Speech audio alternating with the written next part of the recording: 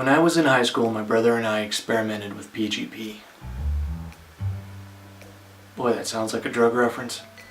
PGP stands for Pretty Good Privacy.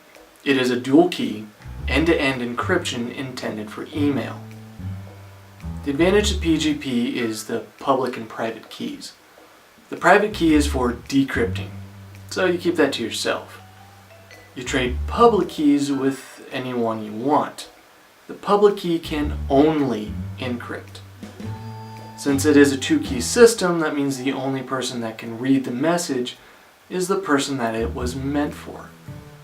Not even the person who sent the message can decrypt it. The reason my brother and I were using encryption was only to learn how it works. What was the process? How easy was it to use? Pretty much just to satisfy our curiosity.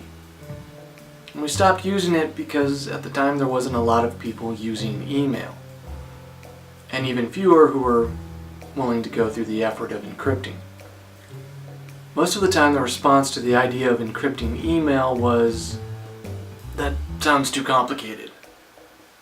Even today the general consensus is encryption is about hiding something. Only governments and criminals use encrypted communications. I got nothing to hide, I'm not breaking the law, so why bother? Even having the option is seen as an admission of guilt, and the FBI will soon be parked outside your house in an ice cream truck while they sift through your garbage.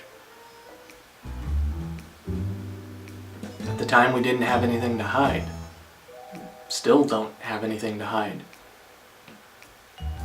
You may not have anything you need to hide from law enforcement, but that's not a reason to not use encryption. Ever since George Orwell's 1984, we've been fixated on governments being the biggest threat to privacy. Still a valid concern, it's just not the only threat to privacy. Really, the biggest threat to privacy is not the government, it's going to be people closer to you. Your ex, a backstabbing coworker, a nosy neighbor sniffing Wi-Fi packets, cyberbullies, or cybercriminals simply looking for targets. There are people who are willing to exploit anything they can for their personal gain, or maybe just amusement. It's become clear that email is not as secure and private as it's believed to be. The Supreme Court has ruled that emails are private, but there is a limit to that privacy. And I covered it in another video.